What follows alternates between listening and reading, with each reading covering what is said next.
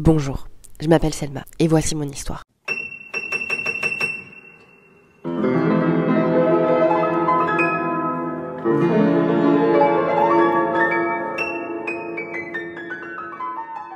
Aujourd'hui, nous sommes en 2024 et j'ai 27 ans. Mais ce que je vais vous raconter a commencé il y a maintenant plus de 4 ans. Si vous me connaissez, c'est sûrement en tant que Selma qui est partie vivre au Canada, mais mon aventure sur les réseaux sociaux n'a pas débuté à ce moment-là.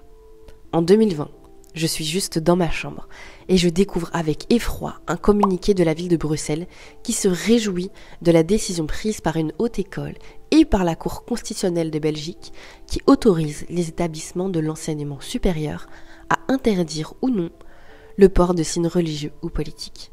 À ce moment-là, j'étais une étudiante en sociologie, mais quelques années auparavant, j'avais entamé des études en médecine. J'ai dû abandonner ce rêve d'être médecin parce que je subissais de l'harcèlement de la part de mes professeurs pour l'unique raison de mon voile.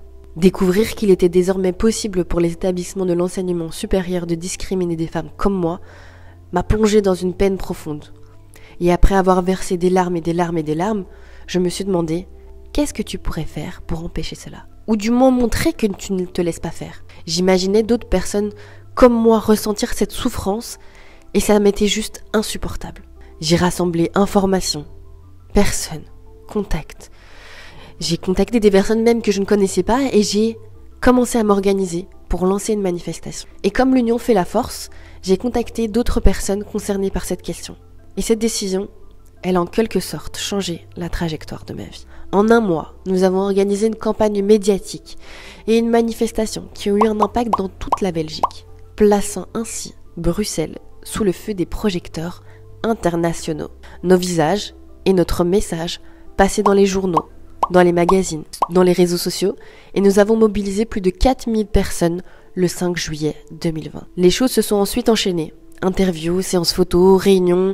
Je suis passée d'une étudiante militante lambda à porteuse d'un message, perdant ainsi mon anonymat. Partout où j'allais, je voyais des regards qui semblaient dire « Ah mais j'ai l'impression de la connaître cette fille !» C'est alors que j'ai compris que ma vie ne serait plus jamais comme avant. Avec tout le poids de cette campagne contre le racisme, contre le sexisme et l'islamophobie, j'ai essayé de me retirer pour prendre soin de ma santé, qui en avait tant souffert. Quelques mois plus tard, malgré mes efforts pour croire que tout allait bien, mon corps a lâché. Ma vie qui avait déjà changé et pris une direction complètement imprévisible, là, c'était la descente aux enfers. Je ne pouvais plus marcher, sortir, dormir. Ma vie n'était que douleur. La souffrance était la seule constante dans ma vie et j'ai dû prendre une décision. Je devais partir. Je savais qu'il était impossible pour moi de guérir dans l'environnement où j'étais tombée malade. Mon corps, qui avait décidé d'arrêter, me força à l'écouter, ce que je refusais. Une seule solution s'offrait à moi. Partir étudier à l'étranger. Et avec des recherches et le soutien de la responsable Erasmus, j'ai réalisé qu'il m'était possible de partir avec peu de moyens. Et en août 2021, j'ai pris l'avion pour le Canada. Là-bas, vous m'avez peut-être découverte et remarqué que j'étais beaucoup plus épanouie. Partir si loin de chez moi a été une épreuve, mais aussi une bénédiction. Je me suis mise au centre de ma vie, bien que cela me semble toujours très contre nature. Pendant 2 ans, j'ai partagé mes aventures, sous forme de vidéos, de photos, de textes.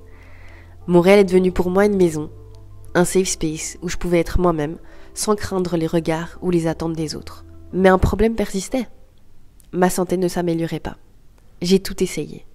Tout. J'ai décidé de vivre dans le déni, cherchant des moyens, des moments de beauté pour m'apaiser. Mais ce n'était pas suffisant. Malgré mes rêves de voyager, d'entamer un doctorat, de créer du contenu, de même trouver l'amour, mon handicap me freinait. Je me suis alors rendu compte que je devais rentrer. Rentrer dans cette ville que je n'aimais pas, où j'avais tant souffert, juste pour me soigner. J'ai laissé derrière moi tout ce que j'avais construit, espérant peut-être y retourner un jour. De retour à Bruxelles, j'ai déposé mes valises et les douleurs que j'avais niées pendant tant de temps ont ressurgi. Et pendant 3 mois entiers, je suis restée enfermée, tentant de guérir mes traumas. J'étais à bout de ressources personnelles et j'ai réalisé que j'avais besoin d'aide. À côté de cela, je cherchais toujours du travail. J'ai envoyé des dizaines de CV et une entreprise m'a enfin proposé un entretien. Tout s'est bien passé. Et ils m'ont demandé est-ce que c'était possible pour moi d'enlever mon voile. Et à cet instant, j'ai rigolé. En 2023 ? Enlever le voile ? Et pourtant c'était un poste où j'aurais pu m'épanouir. Mais à quel prix ? J'étais juste convaincue que Dieu m'offrirait quelque chose de mieux. J'ai continué mes recherches, mais avec beaucoup moins d'enthousiasme. Puis un jour, en voyant que Lush soutenait la Palestine et qui recrutait, j'ai postulé pour un poste de vendeuse. Ce travail a eu un énorme impact sur mon ego. Moi, titulaire d'un master, travailler en tant que vendeuse, mais cela m'a permis de rencontrer des personnes formidables et surtout de retrouver la Selma que j'avais un peu perdue. En parallèle, j'ai encore une fois lancé un appel sur les réseaux pour solliciter un petit peu l'aide de mes abonnés et leur demander s'ils avaient des pistes de travail. Une personne m'a contacté, m'a proposé de rencontrer son supérieur. J'ai passé l'entretien et avec succès, et en quelques semaines, j'ai signé un contrat de 6 mois avec une possibilité de CDI. C'est bon, tout se passait bien. J'avais un travail, un salaire, un toit, mais ma santé continuait de se détériorer. Et après avoir consulté une collègue, j'ai osé lui parler de mon besoin de faire une pause, juste pour me ressourcer. Elle m'a encouragée à le faire, me disant de travailler à distance. Et soutenue par ma coach, j'ai décidé et réfléchi de l'endroit idéal où me reposer. Quand elle m'a demandé où j'irais si le temps et l'argent n'étaient pas un problème, ma réponse était toujours la même. Quelques mois au bord d'une plage en Thaïlande. Et elle m'a regardé droit dans les yeux et m'a dit « mais pourquoi pas ?» Et cette question simple m'a bouleversée. Mais en fait, pourquoi pas ? Pourquoi est-ce que je me mettais tant de limites ? Alors j'ai pris une grande décision et j'ai commencé à organiser ce voyage en Thaïlande. J'ai mis de l'argent de côté, pris mes dispositions au travail. Je me suis dit que j'avais rien à perdre. Les semaines avant le départ étaient pleines de doutes. Je me demandais si j'avais fait le bon choix, si j'allais vraiment réussir à me ressourcer. Mais au fond de moi, j'avais cette conviction que c'était exactement ce qu'il me fallait. Et puis le jour est arrivé.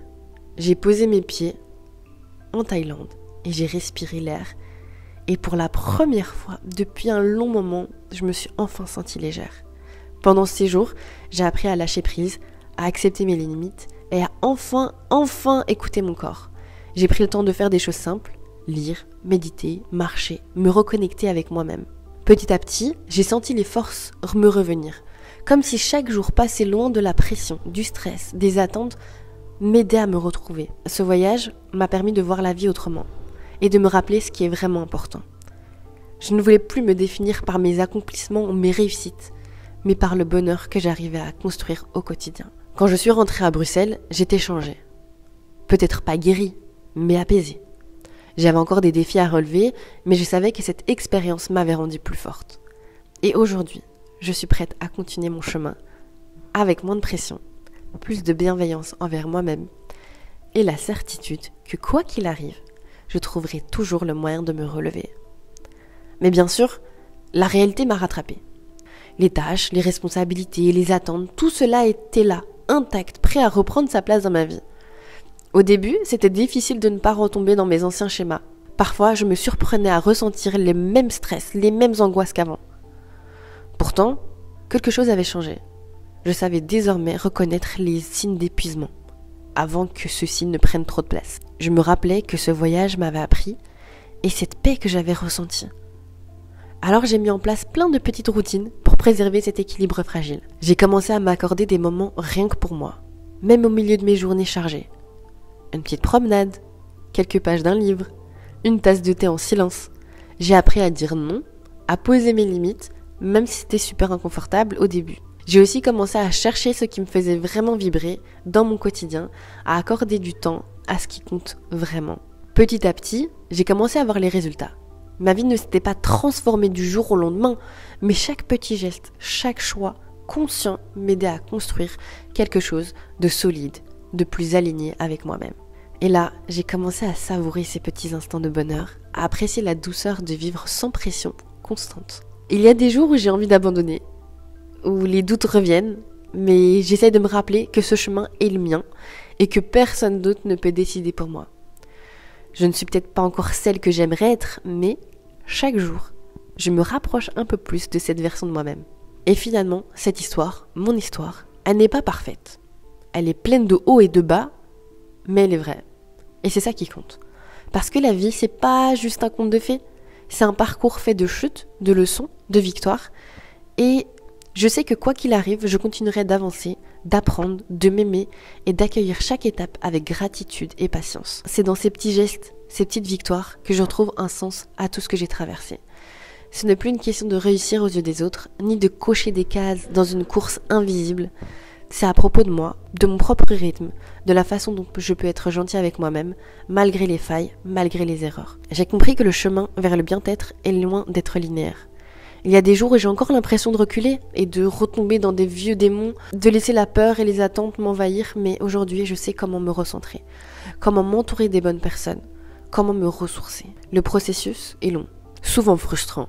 Pourtant, j'apprends à accepter que cette quête de sérénité et de paix intérieure n'a pas de destination finale.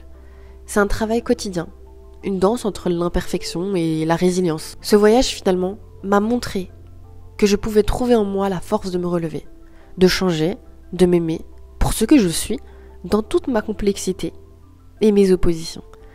Je ne suis pas parfaite, je ne serai probablement jamais, mais je suis devenue une version un peu meilleure de moi-même.